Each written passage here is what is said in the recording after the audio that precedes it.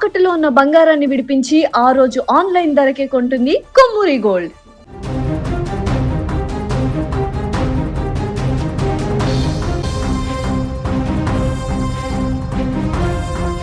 ఛత్తీస్గఢ్ అడవుల్లో ఒక్కసారిగా భారీ పేలుడు శబ్దం. ఆ తర్వాత కొండల మధ్య నుంచి ఎగిసిపడిన నల్లటి పొగ. జష్పూర్ నారాయణపూర్ సరిహద్దుల్లోని దట్టమైన అటవీ ప్రాంతంలో ఒక ప్రైవేట్ జెట్ విమానం కుప్పకూలిపోయింది. ఈ ఘోర ప్రమాదంలో పైలట్, కో పైలట్ అక్కడికక్కడే దుర్మరణం పాలయ్యారు. కానీ అసలు అర్థం కాని విషయం ఏంటంటే, అసలు ఈ విమానం అంత తక్కువ ఎత్తులో ఎందుకు ప్రయాణించింది? ఆ కొండను ఢీకొట్టడానికి గల కారణం ఏంటి? ఈ విషాదం వెనుకున్న మిస్టరీ ఏంటో ఇప్పుడు చూద్దాం. జష్పూర్ నారాయణపూర్ అటవీ ప్రాంతం. ఇక్కడ ప్రయాణించడం అంటే చాలా సాహసం. ప్రాథమిక సమాచారం ప్రకారం ఈ ప్రైవేట్ జెట్ కేవలం 30 అడుగుల అత్యల్పు ఎత్తులో ఎగురుతూ కనిపించింది. ముందుగా ఒక భారీ వృక్షాన్ని ఢీకొట్టిన విమానం ఆ తర్వాత నియంత్రణ కోల్పోయి వేగంగా వెళ్లి కొండను బలంగా ఢీకొట్టింది. ప్రమాదం జరిగిన వెంటనే విమానంలో మంటలు చెలరేగి దట్టమైన పొగలు వ్యాపించాయి.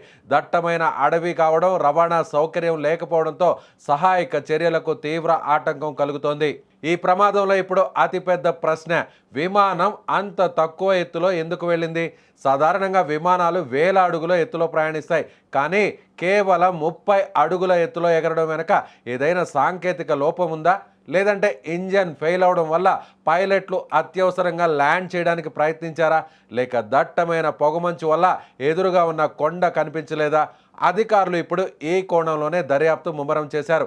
విమానంలో ఇంకా ఎంతమంది ప్రయాణికులు ఉన్నారు, వారి పరిస్థితి ఏంటనే దానిపై ఉత్కంఠ కొనసాగుతోంది. ఏదేమైనా వరుస విమాన ప్రమాదాలు ప్రయాణికులను ఇప్పుడు భయాందోళనకు గురిచేస్తున్నాయి.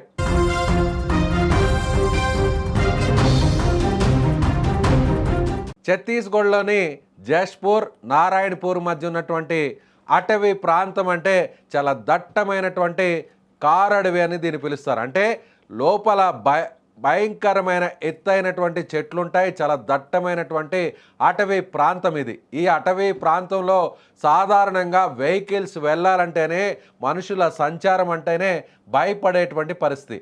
అలాంటి ఈ అటవీ ప్రాంతంలో ఒక విమానం కూలిపోయిందంటే అక్కడ రెస్క్యూ చేయడానికి ఎంత కష్టతరమో ఒక్కసారి అర్థం చేసుకోవచ్చు.